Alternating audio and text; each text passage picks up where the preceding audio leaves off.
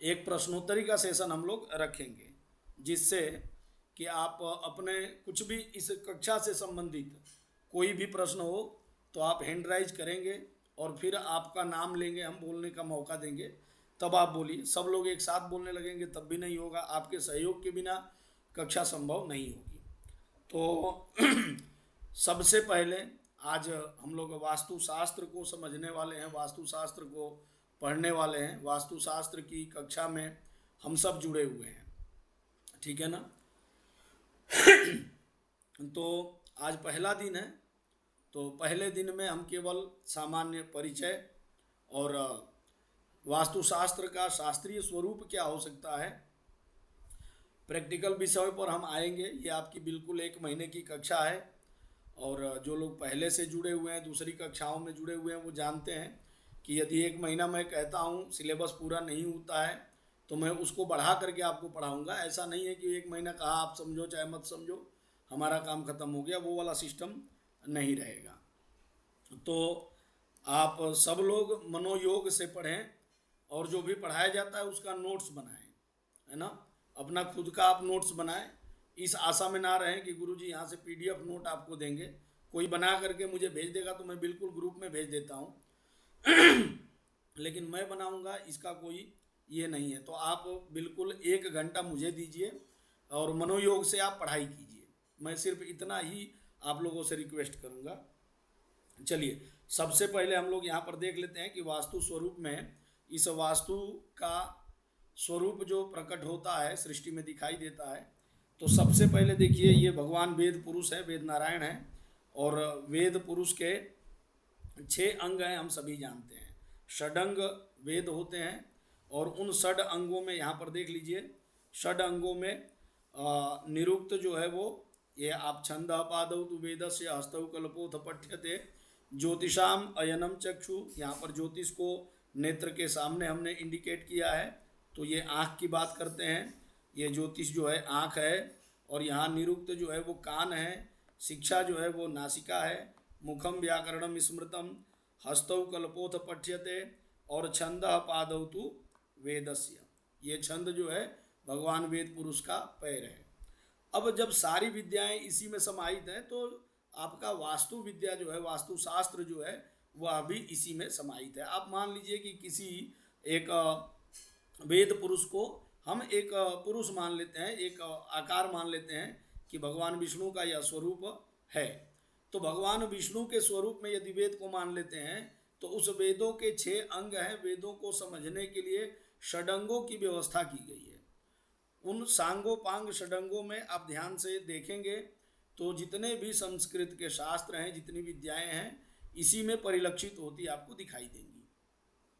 मैं बता रहा हूं कि वास्तु पुरुष उत्पन्न कहाँ से हुए, और वास्तुशास्त्र जो है आज जो आपको प्राप्त हुआ है धरती पर, तो वास्तुशास्त्र की वर्तमान में जो परिभाषा है वो बड़ी दयनीय है, बड़ी चिंतनीय है। वास्तुशास्त्री आकर के लाल पीला टेप लगाते हैं और आपको बताते हैं कि ये एनर्जी उधर जा रही है, वो एनर्जी उधर जा रही है। ये वास्तुशास्त्र नहीं है, टोना टोटका जो है शास्त्र नहीं सिखाता है आपको। 3 दिन में वास्तु सीख लीजिए, वर्कशॉप हो रहे हैं मार्केट में, उसमें आप वास्तु नहीं सीख पाएंगे। वास्तु के शास्त्रीय विधि को, और बिल्कुल जो शास्त्र हैं, देखिएगा जो भी शास्त्र हमारे बनाए गए हैं वो केवल और केवल लोगों के हित के लिए। विश्वकर्मा वास्तु को आप देखेंगे, वहाँ पर आचार्य विश्वकर्मा कहते हैं कि वास्तुशास्त्रम प्रवक्ष्यामि लोकानाम हित काम्यया, मैं लोक कल्याण के लिए इस शास्त्र को कहने जा रहा हूँ। आज क्या लोक कल्याण हो रहा है वास्तुशास्त्र को लेकर? वास्तुशास्त्री आते हैं, आपका इधर का दीवार ठीक नहीं है, इसको तोड़ दो, ये सीढ़ी उधर तोड़ दो। अरे भाई, तोड़ फोड़ कराना वास्तु का काम नहीं है। वास्तुशास्त्र तो ये है कि आपके उस घर को, सुंदरता को और बढ़ा करके और सुंदर तरीके से समायोजन करके आप किस प्रकार से सुख और शांति और समृद्धि पूर्वक अपना जीवन यापन कर सके। सर्वे जना एवं एवं इच्छन्ति, सभी लोग यही चाहते हैं कि मैं और मेरा परिवार किस प्रकार से सुख शांति से रहे। तो यदि वो सुख शांति की कामना करता है तो शास्त्र जो हैं वो लोक कल्याण के लिए ही हैं। जितनी विद्याएं दुनिया में हैं सभी लोक कल्याण नहीं चाहती हैं, कुछ विद्याएं ऐसी है जो चाहती हैं पुलिस चाहती है कि आप गलती करें और पुलिस स्टेशन आए, वकील चाहता है कि आप कोई गलती करें और कोर्ट के चक्कर लगाएं, पंडित जी आपके यहाँ आते हैं, शास्त्री जी आपके यहाँ आते हैं, वो कभी नहीं आशीर्वाद दे के जाएंगे कि अगली बार मैं आपसे जेल में मिलने आऊँ। वो तो कहता है भाई आप दीर्घायु हो, आपका कल्याण हो। तो ये शास्त्र है, ये शास्त्र की मर्यादा है। और यहाँ पर जो शास्त्र आप पढ़ेंगे बिल्कुल शास्त्रगत पढ़ेंगे, शास्त्र के स्वरूप को लेकर हम चलेंगे। देखिए वास्तु शास्त्र की जो उत्पत्ति हुई है, यहाँ पर देखिए आप देख पाएंगे सर्व विद्यात्मक वेद, हमने जो बात कही थी वही है। सभी विद्याओं के मूल में जो है वो वेद हैं।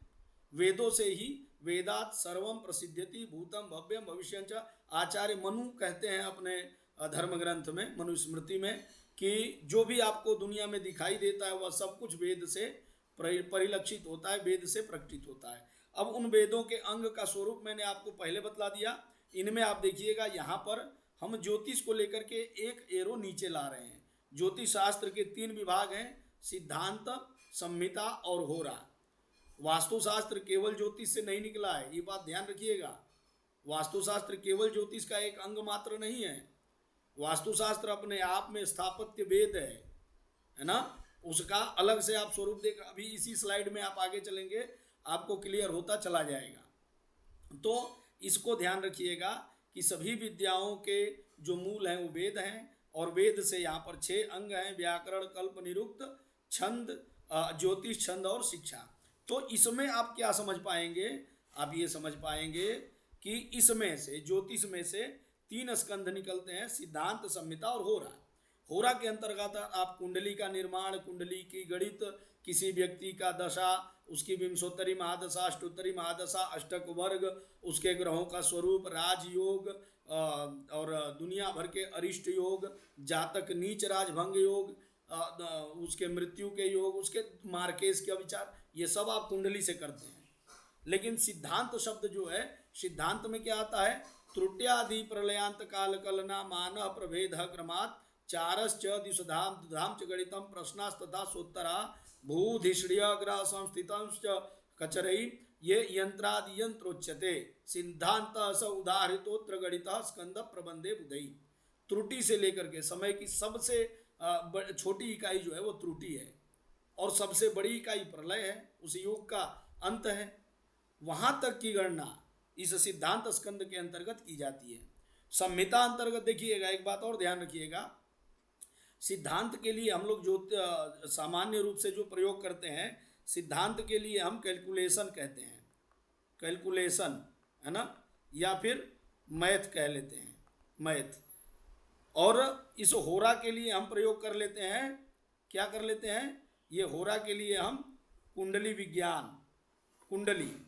लेकिन ये संहिता के लिए कोई शब्द नहीं है, ध्यान रखिएगा, क्योंकि संहिता जो है, संहिता के लिए एक ही वर्ड है, वो है साइंस, साइंस।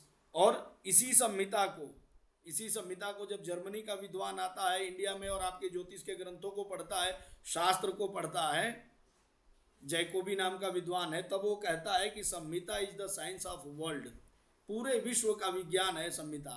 आप जितना ये उथल पुथल होता है, आंधी तूफान आते हैं, चक्रवात आते हैं, सुनामी आती है, भूकंप आता है, ज्वालामुखी फटता है, इन सब का विचार आप संहिता में कर सकते हैं। और इसी संहिता के अंतर्गत वास्तु विद्या का विचार किया जाता है। इसी संहिता से निकसित यह वास्तु शास्त्र है। यहाँ तक सबको क्लियर है?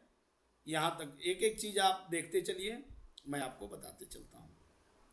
इसके बाद से देखिएगा, इसके बाद से आपका अगला जो है, अब यहाँ पर एक प्रकार से और यह वास्तुशास्त्र प्रकट होता है स्वतंत्र वेद के रूप में, स्वतंत्र उपवेद के रूप में।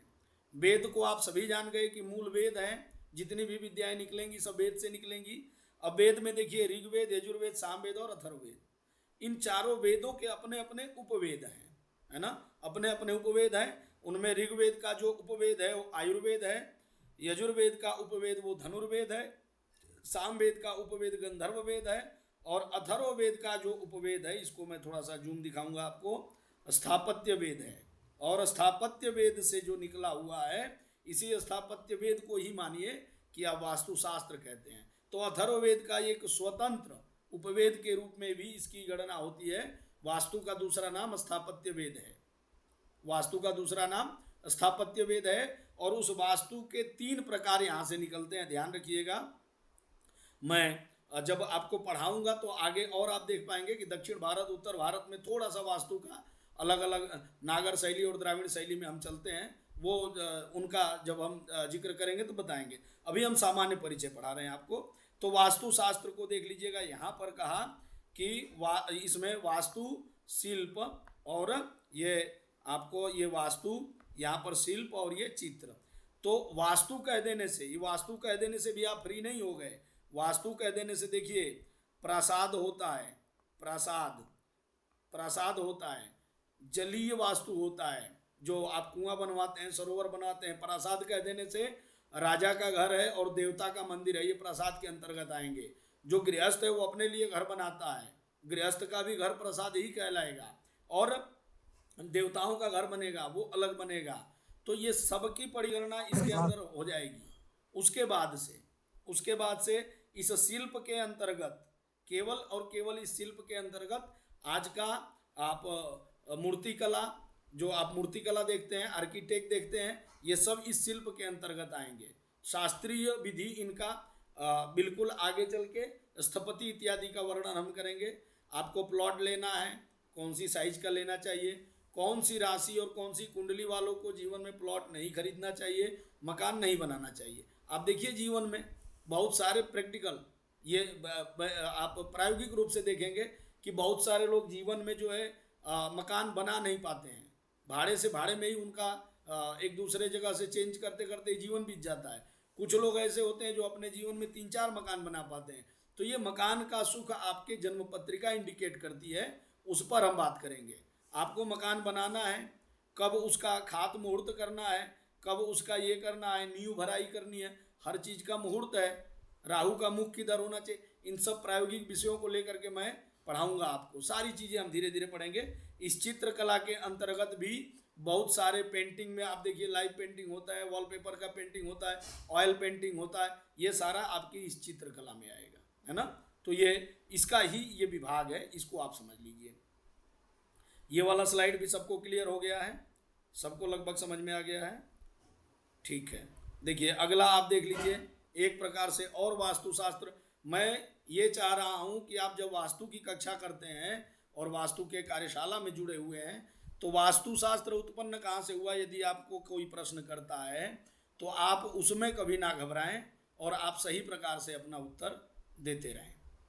तो देखिए वेदांग यहाँ पर भी आपको दिख जाएंगे। ज्योतिष से हमने एक आपको वास्तु का स्वरूप दिखाया था कि वेदांग ज्योतिष से भी वास्तु निकला हुआ है, संहिता स्कंद से। यहाँ हमने ज्योतिष को छोड़ दिया।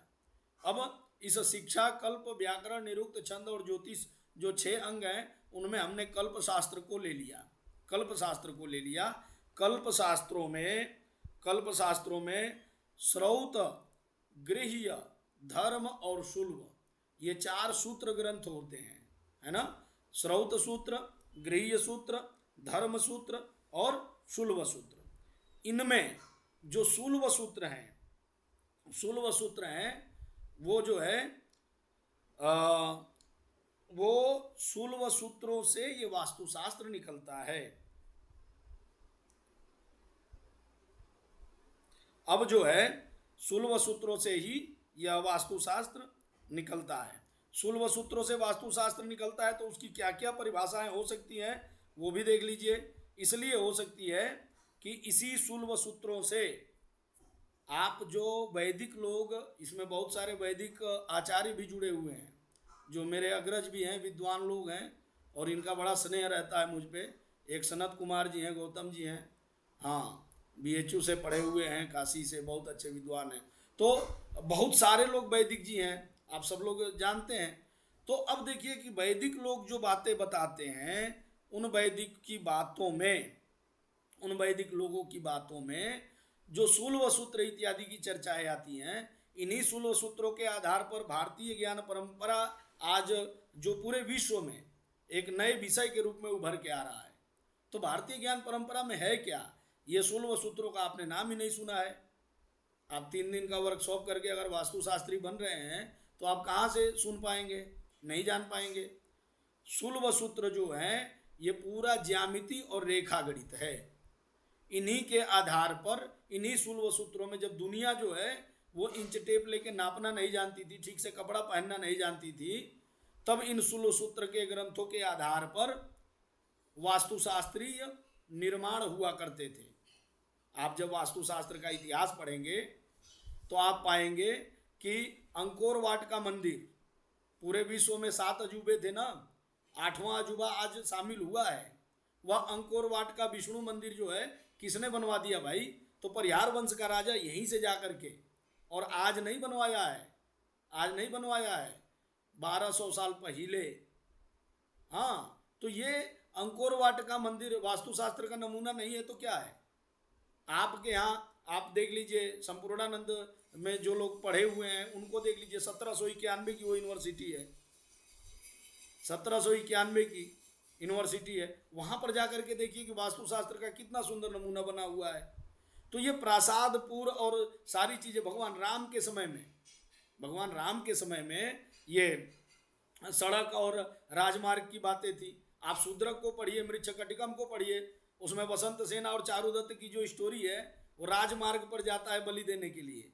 हाँ, तो आप, मुझे तो वहाँ भी वास्तु दिखता है ना, राजमार्ग बना ना, राजमार्ग बना तभी तो वहाँ पर बलि देने जाता है ना। तो इसका मतलब है कि उस समय वास्तु के बातें थी, और शूद्रक आज नहीं हुआ, शूद्रक भी 1200 साल पहले हुए।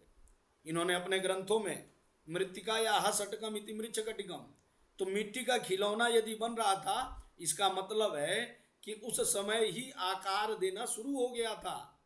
तभी तो आप समझ पाते हैं कि भाई उस समय क्या क्या चीज़ें थी। तो महल इत्यादि की जो बातें थी बिल्कुल कहीं से गलत नहीं था, और इन्हीं शुल्व सूत्रों के दम पर आप हल्ला मचाते हैं कि आर्यभट्ट ने शून्य दिया, उन्होंने दिया। कौन से ग्रंथ में दिया भाई? शुल्व सूत्रों को जब तक आप नहीं पढ़ेंगे आप भी यही बातें करते रहेंगे, क्योंकि मैं ये नहीं कह रहा हूं कि आर्यभट्ट ने शून्य नहीं दिया, आर्यभट्ट ने शून्य दिया, उसके पहले भी तो आपके शुल्व सूत्रों में रेखा गणित और चापीय गणित और त्रिकोणमिति की बातें हैं, ट्रिग्नोमेट्री, एल्जेब्रा, सारी चीज़ें तो भरी है उसमें। लेकिन हमारी समस्या ये है कि हमने शुल्व सूत्रों को कभी देखा नहीं, नाम ही नहीं सुना। कल्प के 4 अंग होते हैं यही पता नहीं है, हद से हद पता है तो 6 वेदांग हैं, उसी में हम संतुष्ट हैं। लेकिन ऐसा नहीं है। उस समय भी जब यज्ञ यागादि बनाए जाते थे, यज्ञ कर्म होते थे, तो उस यज्ञ कर्म में क्या होता था? वेदियाँ बनती थी, वेदी बनती थी। तो उसमें आज लोहे का हवन कुंड रखा और उसमें पूरे गांव में सुहा करवा आया, उठाया, दूसरे जगह गया, वहाँ सुहा कर आया। फिर आप कहते हैं कि यजमान को फल नहीं मिला और हमने विधि विधान से, अरे भाई कैसे होगा? यजमान हस्त प्रमाणे न गढ़तम, हवन कुंड जो है यजमान के हाथ से प्रमाण से गड्ढा खोद के तब होगा, व्यवस्थित होगा, शास्त्र के नियम से ही यज्ञ होगा। अपने मन से थोड़ी है कहीं कुछ कर लो। और इसी बात को तो गीता में भगवान कहते हैं ना कि यह शास्त्र विधिम उत्सृज्य वर्तते काम कारतः न स सिद्धिम अवापनोति न याति परमाम गतिम। ना उसको कभी सिद्धि मिलेगी ना उसकी गति मिलेगी। तो कैसे मिलेगी भाई?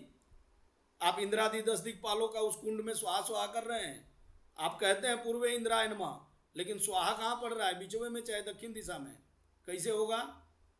यमराज की दिशा में इंद्र की आहुति जा रही है, कैसे होगा? कौन ध्यान रखेगा? इसीलिए तो यज्ञ के ऊपर आचार्य को एक उपदेष्टा रखा जाता था, जो बिल्कुल निरीक्षण करता था किस प्रकार से यज्ञ हो रहे हैं। और ये सारी बातें मैं बता रहा हूँ शुल्व सूत्रों की, मैं बाहरी दुनिया को आपको नहीं बता रहा हूँ। शुल्व सूत्रों में ये सारे वर्णन प्राप्त होते हैं। कितने प्रमाण की वेदी होगी, कितनी ऊंचाई पर कौन बैठेगा।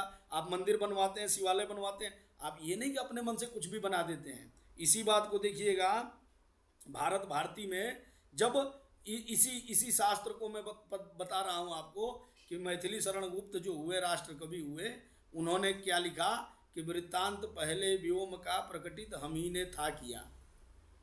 वृत्तांत पहले व्योम का प्रकटित हम ही ने था किया, वह क्रांति मंडल था हम ही से अन्य देशों ने लिया। क्रांति मंडल क्या है? वह आपका यही त्रिकोणमिति और रेखागणित का ज्ञान है। वह क्रांति मंडल पूरी दुनिया ने लिया। उसके बाद से क्या कहा? थे आर्यभट्ट आचार्य भास्कर तुल्य ज्योतिर्विद यहाँ, थे आर्यभट्ट आचार्य भास्कर तुल्य ज्योतिर्विद यहाँ, अब भी हमारे मान मंदिर। मान मंदिर किसको कहते हैं? वेदशालाओं को कहते हैं, मंदिरों को कहते हैं, पताकाओं को कहते हैं। अब भी हमारे मान मंदिर वर्णनीय नहीं कहा। आप पूरे विश्व को देख लीजिए, भारतीय संस्कृति और भारतीय ज्ञान का जो पिटारा है उतना किसी का भी बलवान नहीं है। अब कह रहे हैं कि उन सुलभ सूत्रों के जगत में जन्मदाता हैं हम ही। ये जो सुलभ सूत्र हैं जिन पर मैं चर्चा कर रहा हूं, इन सुलभ सूत्रों के जगत में जन्मदाता है हम ही, रेखा गणित के आदि ज्ञाता या विधाता है हम ही।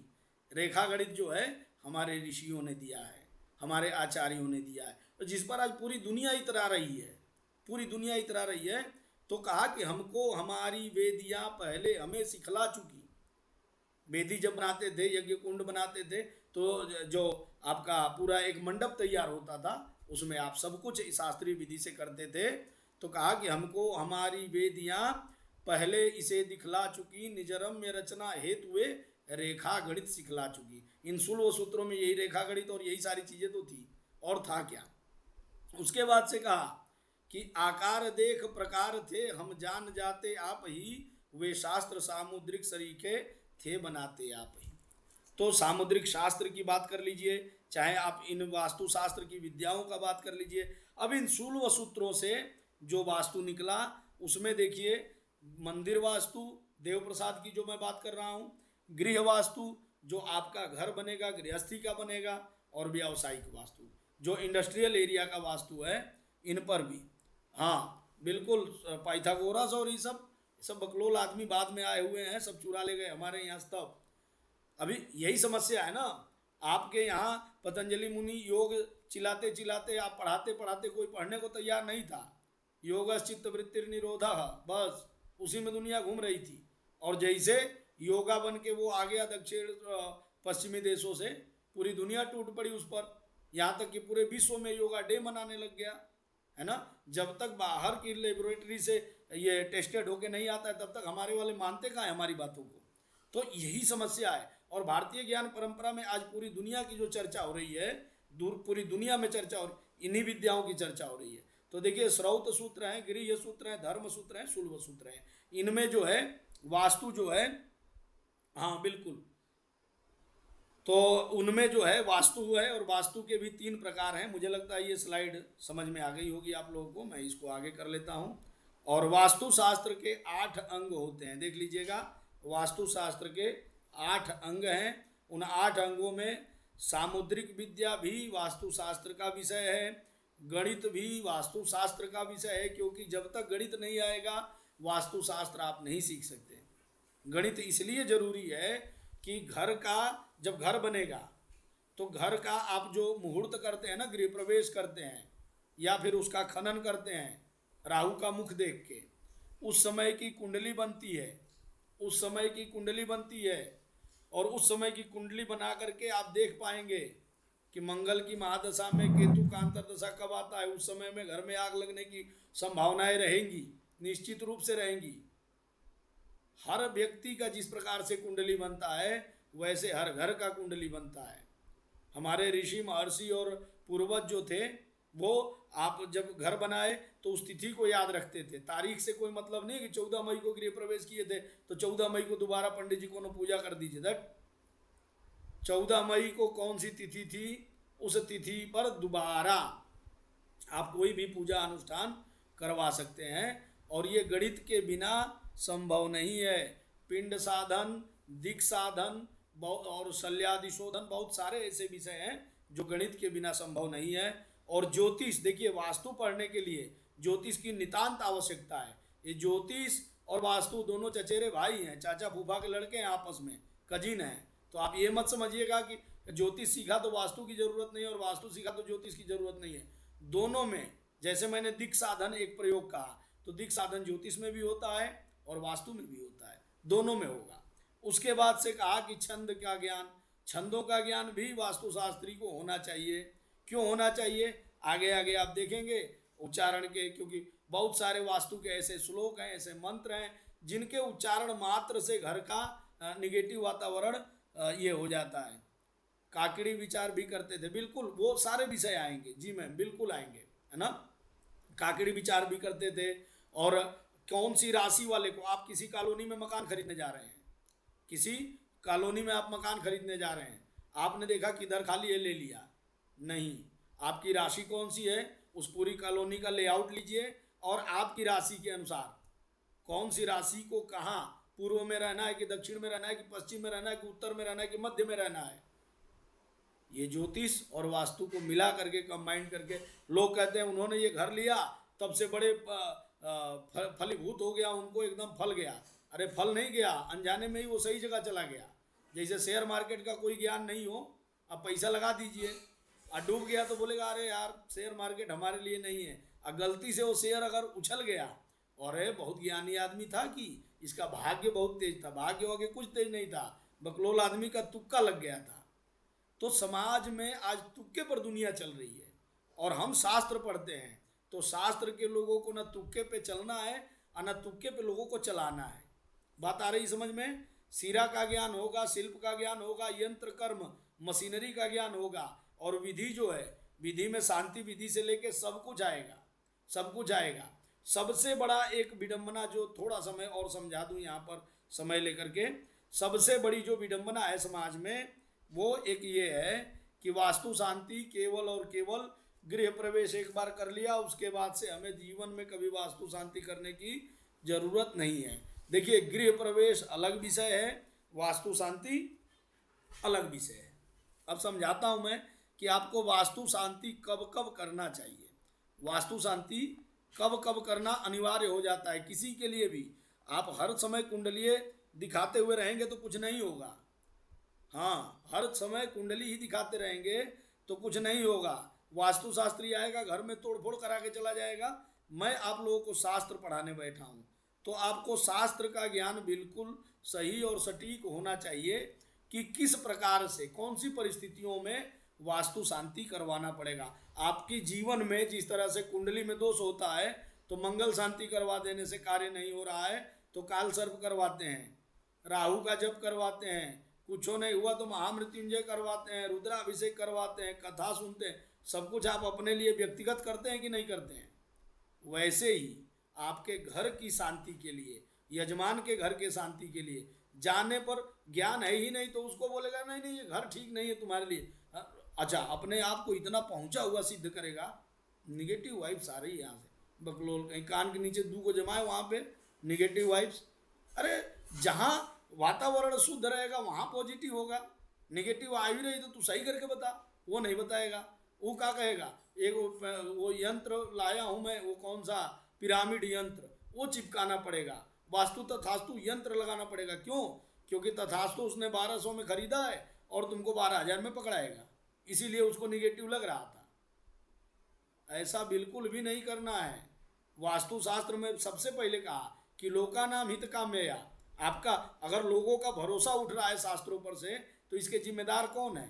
हम ही लोग हैं। हम सही ज्ञान नहीं देते हैं, हम सही ज्ञान नहीं देते हैं। और देखिए किसी का भी घर आप जब देखने जाइएगा वास्तुशास्त्र के हिसाब से कौन कौन सी परिस्थितियों में दोबारा गृह में शांति, आपने कभी सुना है कि किसी पंडित ने देख के बताया हो कि भैया घर की शांति करवाओ? सुना है आपने? आदमी की करवाएगा, काल सर्प की करवाएगा। जबकि घर में अगर 6 मेंबर है ना तो 6 में से एक हॉस्पिटल में से आएगा, दूसरा तैयार रहेगा, दूसरा आएगा, तीसरा तैयार रहेगा, उधर से आएगा तो उधर पुलिस के केस चल रहे हैं, उधर वकील दौड़ रहा है। यही हो रहा है। घर का दोष है और घर की शांति करवानी है, वो आपको कोई नहीं बताएगा। हर आदमी की अलग अलग कुंडली देख के अलग अलग शांति करवाता फिरेगा, उसके बाद वो काम नहीं होगा। आपको सही तरीके से शांति का विधान बतलाना है। देख लीजिए, सबसे पहले मान लीजिए कि वास्तु शांति कब करना पड़ेगा। तो यदि वास्तु के अनुसार, यदि माने वास्तु शास्त्र के अनुसार, वास्तु शास्त्र के अनुसार जब वास्तु शांति की है, ये देख लीजिएगा वास्तु शांति के बात मैं कर रहा हूँ। यहाँ पर मैं जो बात कर रहा हूँ वास्तु शांति की बात कर रहा हूँ। वास्तु शांति विधान, गृह प्रवेश अलग मैटर है, उसका सिरा खनन का जो भूमि खनन करते हैं वहाँ पर पंच शिला का पूजन करते हैं वो मैटर अलग है। इस सब एक के दिन नहीं होता है, इसको शास्त्रीय विधि से मैं समझाऊंगा। अभी मुझे कुछ बातें याद आ गई हैं इसलिए मैं आपको बता रहा हूँ कि वास्तु शास्त्र के अनुसार जो वास्तु शांति किए हैं। और ये बात मैं कहाँ से कह रहा हूँ, विश्वकर्मा प्रकाश में सभी देवता जब व्याकुल होकर और स्वयं वास्तु पुरुष से प्रार्थना किए हैं कि महाराज घर में शांति के लिए हम क्या करें, तब ये उपाय विश्वकर्मा को वास्तु भगवान ने ऋषियों को स्वयं बतलाया है। ये ज्ञान कहाँ से आया, कैसे आया, मैं वो भी आपको बतलाऊंगा। तो वास्तु शांति के अवसर पर यदि वैश्वदेव बलि नहीं हुई है, वैश्वदेव बलि नहीं हुई है, ये कर्मकांड करने वाले लोग जो हैं ये इसको सही कराएंगे। यदि नहीं हुई है तो उस घर में दोबारा आप वास्तु शांति करवाइए। उसके बिना घर का प्रत्येक व्यक्ति बीमार रहेगा, घूमता रहेगा। वास्तु देख लीजिएगा, वास्तु शांति यदि नहीं हुई है, ये एक बड़ी विडंबना चल रही है। खास करके मैं जिस राज्य को देखता हूँ, ज़्यादा अनुभव है मेरा, चूँकि मेरा 20-22 राज्यों का बड़ा अनुभव है गृह प्रवेश इत्यादि को लेकर के। होता क्या है कि जैसे गुजरात की तरफ आप चले जाइए तो घर बना लिया, फ्लैट में खरीद लिया, कुछ भी कर लिया, वास्तु शांति नहीं करवाएगा। पंडित जी छोटी मोटी कथा कर दो, और पंडित जी भी रेडी बैठे हैं, हाँ कर देंगे। खा करके उसके यहाँ ये वास्तु करके कथा पूजा करके वास्तु तो नहीं करवाएगा, कथा करवाएगा, और वहाँ से खा लेंगे, प्रसाद खा लेंगे। बलि वाला खुदे खा लिए, रास्ते में कुत्ता नहीं काटेगा तो क्या होगा, भुगतोगे नहीं तो क्या होगा। इसीलिए आपको सीधे मना कीजिए कि भैया हम कथा नहीं कर पाएंगे आपके घर में। क्यों? क्योंकि वास्तु को जब स्वरूप को आपको मैं समझाऊंगा, वास्तु कोई देवता नहीं है।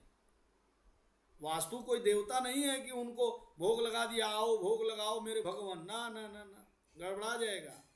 फिर तुमको कुत्ते काटेगा, काला वाला काटेगा, हाँ एक्सीडेंट होगा, बाइक लेके गिरोगे, हाथ मुंह टूटेगा। लालच में आकर के ये कर्मकांडी लोगों की कमी है। आपके पास कोई आता है कि मुझे कथा करवानी है, उससे पूछिए कि नया घर खरीदे हो, हाँ नहीं हो पाएगा, वास्तु करवाओ। बहुत बड़े में मत करो, कथा से थोड़ा सा बजट बढ़ाओ और वास्तु करवाओ। वास्तु की शांति अलग विधान है। क्योंकि एक बात ध्यान रखिएगा, उस घर में एक बार गृह प्रवेश हो गया और घर में भोजन इत्यादि बन गया, खा लिया, तो वास्तु का दोष और ज़्यादा बढ़ जाएगा। क्योंकि वास्तु जो है वो शांति है, पूजा नहीं है। हाँ, वास्तु पुरुषाय नमः का जप करवा देते हैं, अरे पंडित कुछो कर दें, वो तो ठीक है कि वास्तु पुरुष को ये जो है ना, हाँ अगर पैसा मिल जाए तो पंडित कहे बायां वाला पैरवा मैं ही तो पकड़ा हूँ, देखा नहीं तुमने वास्तु पुरुष को, उल्टा लटका रखा है जमीन में, हाँ गाड़ दिया है एकदम जमीन में, अब बायां पैरवा को मैं दबा के बैठा हूँ। पंडित कुछो कर सकते हैं भैया, इनकी माया अपरंपार है। लेकिन मेरी कक्षा में आप जुड़े हैं तो आपको शास्त्रीय और सही जानकारी देना मेरा कर्तव्य है। मैं बिल्कुल सही ज्ञान ही दूंगा आपको, उसके अलावा इधर उधर की कुछ भी उड़ती बातें नहीं है। मैं जो दूंगा आपको प्रमाण के साथ दूंगा। आप पूछेंगे गुरुजी ये कहाँ है, बिल्कुल आप वास्तु विश्वकर्मा प्रकाश खोलिए, मैं PDF आपको चाहिए तो भेज दूंगा। लेकिन आप पढ़िए, आप शास्त्र को समझिए। मैं क्लास लेता हूँ तो बड़ा मन से लेता हूँ और यहाँ से पढ़ाता हूँ। मैं कोई प्रोफेशनल आदमी 10 बार कह चुका हूँ, मैं कोई प्रोफेशनल नहीं। भीड़ इकट्ठा करना हमारा कोई ये नहीं है। हमारे यहाँ 10 लोग आए, 20 लोग आए, ठीक से पढ़ें, ठीक से पढ़ें, सही तरीके से पढ़ें और सही तरीके से शास्त्र को जानें। तो अब देखिए, ग्राम देवता भी उनमें, स्थान देवता भी, लौ शुक्ला जी को मिल गया कोनो जजमान भैया, लपेटे पड़े। चलिए, तो वास्तु शांति यदि नहीं हुई है उस घर में, तो सबसे पहला कर्तव्य आपको वास्तु का दूसरा दोष देखने से पहले कि दरवाज़ा पूरब में है, पश्चिम में है, 90% ये गलतियां चल रही है, ध्यान रखिएगा। पूरब पश्चिम का भी कॉन्सेप्ट मैं बताऊंगा। ये जितना आप कंपास लेके घूमते हैं ना, सबका सब बकलोलई है, सबका सब गलत है। हाँ, आप शास्त्रीय तरीके से मैं बताऊंगा कि पूरब कहाँ है, दक्षिण कहाँ है, उत्तर कहाँ है, पश्चिम कहाँ है। आपके कंपास से नहीं चलेगा, है ना। आपको दिशाओं को समझना होगा, केवल ऐसे हवा हवाई से काम नहीं होगा।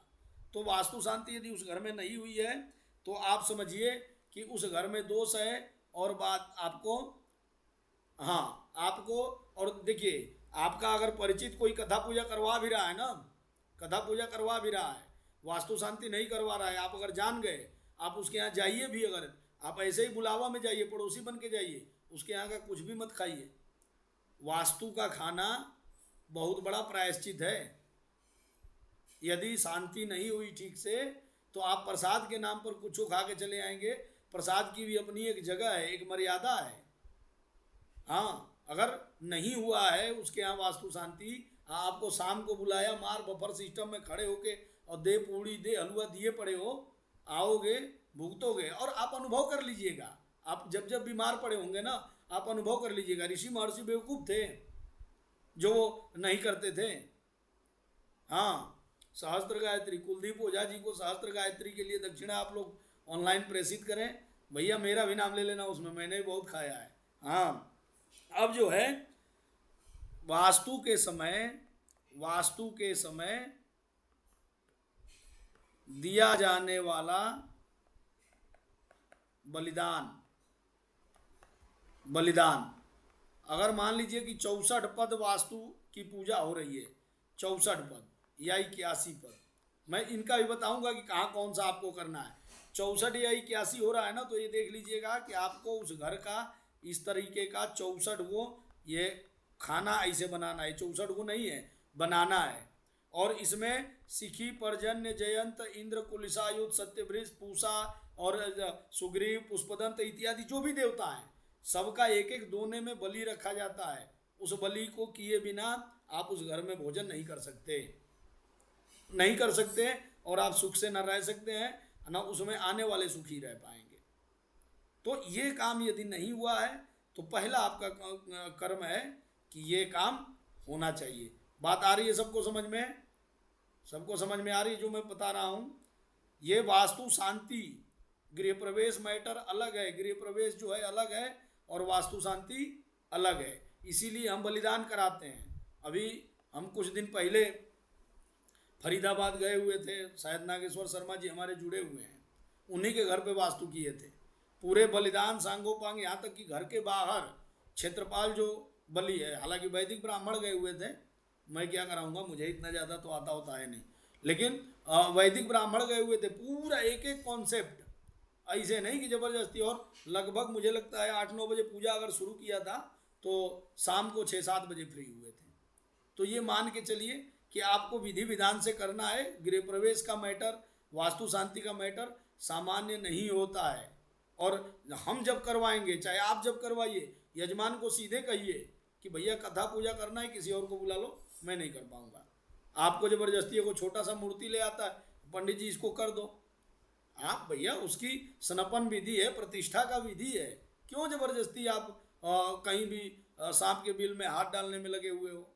आप उसको समझिए कि प्रतिष्ठा का विधान आपको आता है कि नहीं आता है। यजमान नहीं तैयार है, मना कर दीजिए, 200-500 कम कमाइए, लेकिन हर जगह का धन लेकर के। इसीलिए आज जो दुर्दशा हो रही है समाज की, ये बहुत बड़ा एक कारण है। उसके बाद से वास्तु पूजन जो नहीं किए हैं, वास्तु पूजन माने वास्तु शांति जिन्होंने नहीं किया हो, ऐसे घर में भी कुंडली देखने से पहले आप उससे डिटेल लीजिए कि वास्तु शांति करवाया था कि नहीं करवाया था। रोग व्याधि उपद्रव यदि आ रहे हैं तो कुंडलिया बाद में देखिए, पहले उसका आवास देखिए, उसका घर देखिए कि क्या घर की स्थिति है। यदि वास्तु शांति नहीं करवाया है तब भी ये होगा। और अज्ञानता के कारण वास्तु शांति के समय किया जाने वाला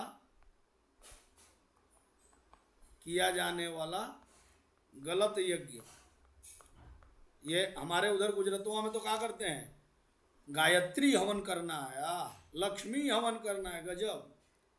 अब लक्ष्मी हवन करना है, थोड़ा सा इसको आपको सोचना चाहिए कि लक्ष्मी हवन यदि आप करेंगे तो लक्ष्मी हवन करने के लिए आप लक्ष्मी को अपने घर बुलाएंगे।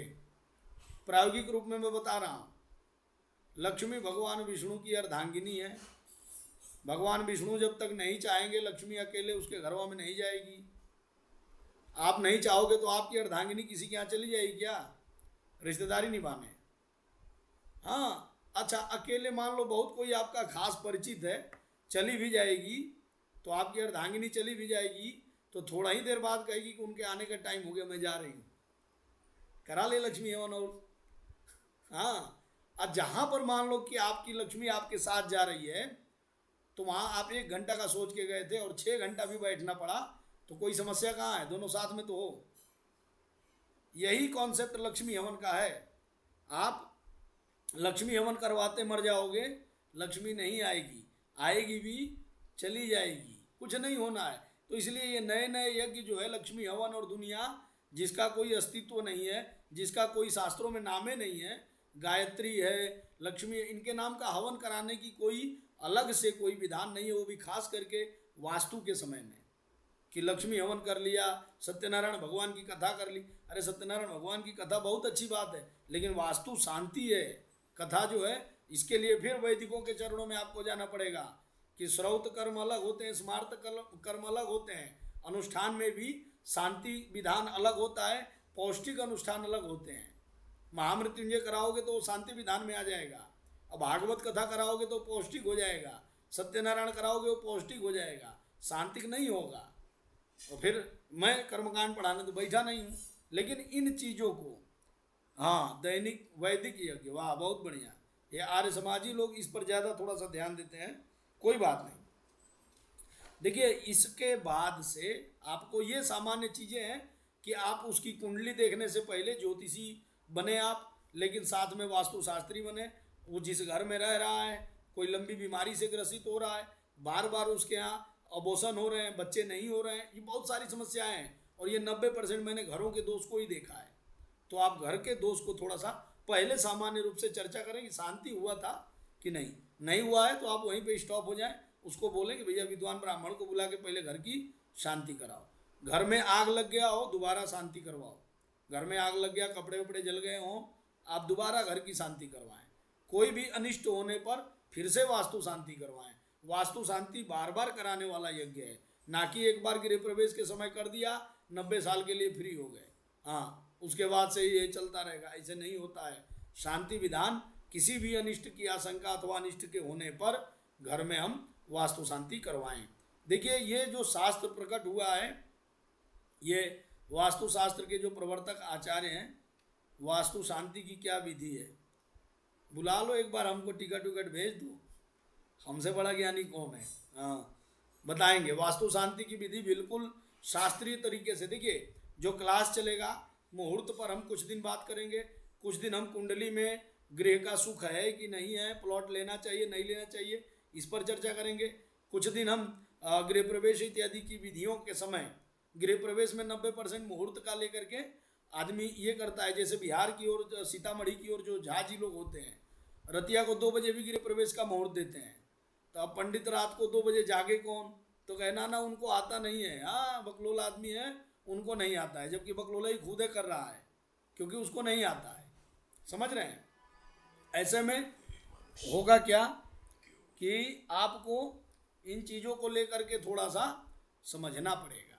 समझना इसलिए पड़ेगा कि गृह प्रवेश के समय में वामार्क देखा जाता है। गृह प्रवेश का मुहूर्त पंचांग में तो दिया हुआ है, बहुत बढ़िया, लेकिन मुकनिया तो देखोगे कौन से मुख में प्रवेश करना है। पूर्वाभिमुख मकान है, दक्षिणाभिमुख है, उत्तराभिमुख है, पश्चिमाभिमुख है। जिधर का मुख होगा प्रवेश करते समय, रात में होता है, बिल्कुल होता है, सूर्य जो है आपके बाएं हाथ पे पड़ना चाहिए, उसको वामार्क कहते हैं। वृषभ वास्तु चक्र होता है, कुंभ चक्र होता है। इन चक्रों को मैं प्रायोगिक समझाऊंगा, आपको कहीं नहीं मिलेंगे, आपको बिल्कुल मुहूर्त के लिए। और देखिए जब किसी को आप सही ज्ञान देंगे, सही तरीके से वो करेगा, घर में जाके सुख शांति से रहेगा, उसकी अंतरात्मा आपको आशीर्वाद देगी, उसी से आप आगे बढ़ेंगे, ना कि आप इधर उधर का करके कुछ आगे बढ़ पाएंगे, है ना। तोड़ फोड़ करके उसका 11,000 और 2,000 रुपया कमाने में मत पड़े रहिए। वास्तुशास्त्री ऐसे नहीं बनते हैं। भूमि को लेकर के जो चिंताएं हैं, जो चीज़ें हैं, उस पर भी हम बात करेंगे। बहुत सारे विषयों को हम ये देख लीजिए कि ये मत्स्य पुराण का श्लोक है ना, मत्स्य पुराण के 262वें अध्याय के दूसरा और तीसरा नंबर का ये श्लोक है। 262वें अध्याय का दूसरा और तीसरा, मैं यहाँ लिख देता हूँ, ये 262 का दूसरा और तीसरा, और ये मत्स्य पुराण का श्लोक है। कहा कि भृगु अत्रि वसिष्ठश्च विश्वकर्मा मयस्तथा नारदो नग्नजिच्चैव विशालाक्ष पुरंदर ब्रह्मा कुमारो नंदीशः शौनको गर्ग एव च वासुदेवो अनिरुद्धश्च तथा शुक्रः बृहस्पति अष्टादशैते विख्याता वास्तुशास्त्रोपदेशका संक्षेपेण उपदिष्टम यन्मनवे मत्स्य रूपिणा। मत्स्य के रूप में, मछली के रूप में ये 18 जो है वास्तुशास्त्र के उपदेशक हैं। और ये ज्ञान किसने दिया? तो मत्स्य पुराण के श्लोक में जब मत्स्य रूप भगवान का 10 अवतारों में पहला अवतार कौन सा है? मत्स्य पुराण ही है ना, तो मत्स्य अवतार ही है। तो मत्स्य के रूप में भगवान ने यह संक्षेप में उपदेशित किया कि ये जो है ये सभी प्रकार के ये आचार्य हैं जिन्होंने इसको उपदेशित किया है। आचार्यों ने वास्तुशास्त्र को उपदेशित किया है। वास्तुशास्त्र के देखिए प्रत्येक घर में ये चित्र होना चाहिए। वास्तुशास्त्र का 90% दोष खाली ये फोटो और ये आचार्यों के नाम दूर कर देंगे। तो ये बात तो नहीं पता है। मंदिरों में आप नहीं बताते हैं कि अपने घर में मंदिर में ये बना लो कर लो, क्योंकि आपको ही नहीं पता है। तो ये आचार्य जो है वास्तुशास्त्र के यही प्रामाणिक आचार्य हैं और इन्हीं का जो ग्रंथ होगा वही वास्तुशास्त्र का ग्रंथ कहलाएगा। जो भी दूसरे ग्रंथ हैं वो संग्रह ग्रंथ होंगे, चाहे वो वास्तुशास्त्र पर आधुनिक विद्वानों ने भी खूब लिखा है, लेकिन वो उनके मौलिक ग्रंथ होंगे, शास्त्र नहीं कहलाएंगे। शास्त्र यही इन्हीं आचार्यों के ग्रंथ कहलाएंगे। यहाँ तक क्लियर है सबको? यहाँ तक क्लियर है? अब देख लीजिए, अब हम लोग थोड़ा सा वास्तुशास्त्र को प्रारंभ कर लेते हैं कि ये सामान्य चीज़ें हैं, लगभग सबको पता है। ग्रह और पंच तत्व, क्षितिजल पावक गगन समीरा, पंच तत्व से बना शरीरा। तो 5 तत्व आपके अंदर भी है और 5 तत्व इस पूरी सृष्टि में समाहित है। उन पंच तत्वों में देख लीजिए पृथ्वी का कारक बुध है, और इसीलिए आप जो गणेश उत्सव मनाते हैं ना, गणेश पूजनवा करते हैं और गणेश जी को बहा देते हैं, उनका विसर्जन कर देते हैं, तो मिट्टी के गणेश जी बनाते हैं और विसर्जन करते हैं। उनके कारक बुध है, इसीलिए बुधवार जो है गणेश जी का दिन कहलाता है। बात आ रही है समझ में? जल के तत्व जो हैं शुक्र और चंद्रमा है, इसीलिए देवी जो है, देवी की आराधना, ये दोनों स्त्री ग्रह हैं, ध्यान रखिएगा। हाँ, ये दोनों स्त्री ग्रह हैं। अग्नि तत्व के सूर्य और मंगल हैं, वायु तत्व के शनि हैं और आकाश के बृहस्पति हैं। ये केवल तत्व हैं, इनका सामान्य रूप से आप परिचय जान पाएंगे। मुझे लगता है मैं यहीं पर आज कक्षा को विराम करूंगा, क्योंकि आप लोगों से मुझे बात भी करनी है। 10 मिनट का समय मैं आप लोगों को दूंगा और कल से कक्षा ठीक 8 बजे शुरू हो जाएगी।